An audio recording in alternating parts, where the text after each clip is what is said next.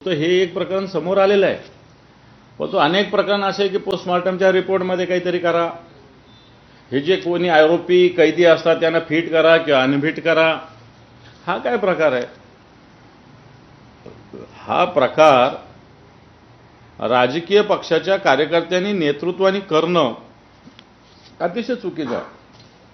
ठीक, एखादा आपला कार्यकर्ता असू शकतो, जवळचा असू शकतो, पण तो अशा पद्धतीनं चुकीचं करणं हे अतिशय म्हणजे चूकच आहे.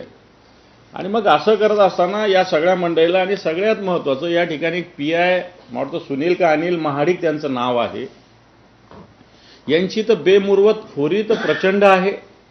आता 10-15 दिवसापूर्वी त्यांचं प्रमोशन होऊन ते नंदुरबारला DYSP झाल्याची माहिती आहे.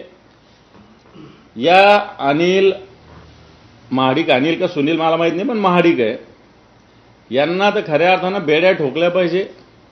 त्यांचे जे सहकारी PSI आहे त्यांना सुद्धा अटक केली पाहिजे. आणि हे जे राजकीय पक्षाचे कार्यकर्ते, आता राजेंद्र शिंदे आणि नागटिळक कोण आहे? माझ्या माहितीप्रमाणे इथले जे स्थानिक माजी खासदार आहे यांचे हे PA आहेत, स्वीय सहाय्यक आहेत.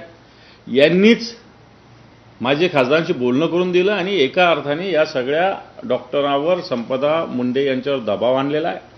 आणि त्यांनी या सगळ्या दबावातूनच त्यांची मेंटॅलिटी इथं विशद केलेली. या पत्राच्या माध्यमातून पोलीस कसे वागत होते, राजकीय पक्षाचे नेते कसे वागत होते, आणि त्याच्यामुळं कंटाळून त्यांनी मला वाटतं स्वतःचा जीव गमावलेला आहे.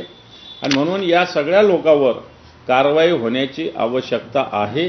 ज्या पद्धतीनं भारतीय जनता पार्टीचे एक माजी खासदार, ज्या पद्धतीनं त्यांचे सेक्रेटरी, ज्या पद्धतीनं डॉक्टरांशी, वैद्यकीय अधिकाऱ्यांशी, तेही प्रकरण एखाद्या प्रकरणात वेगळं आपण डॉक्टरांना सांगू शकतो, पण अशा प्रकरणात पोस्टमॉर्टम असेल किंवा मेडिकली फिट अनफिट करण्याचा प्रकार असेल, जे आरोपी असतील, हा सगळ्यात चुकीचा प्रकार आहे, अतिशय चुकीचा प्रकार आहे. आणि म्हणून ही सत्तेची मस्ती भारतीय जनता पार्टी इथंच नाही, ही समोर आलेली आहे.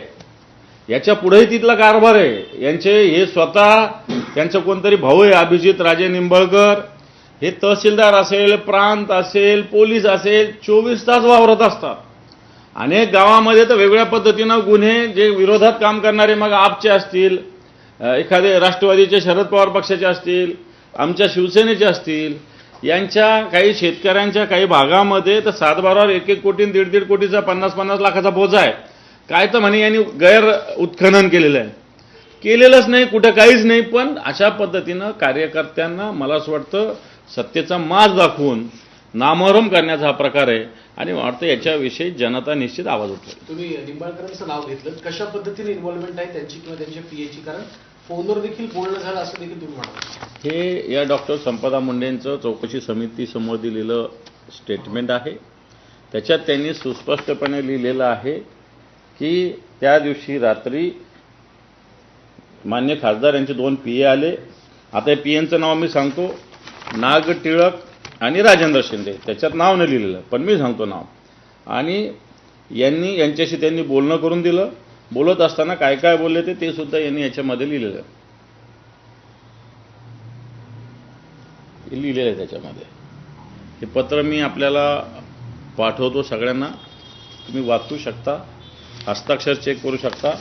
याच डॉक्टरांनी आधीचं लिहिलेलं पत्र आहे.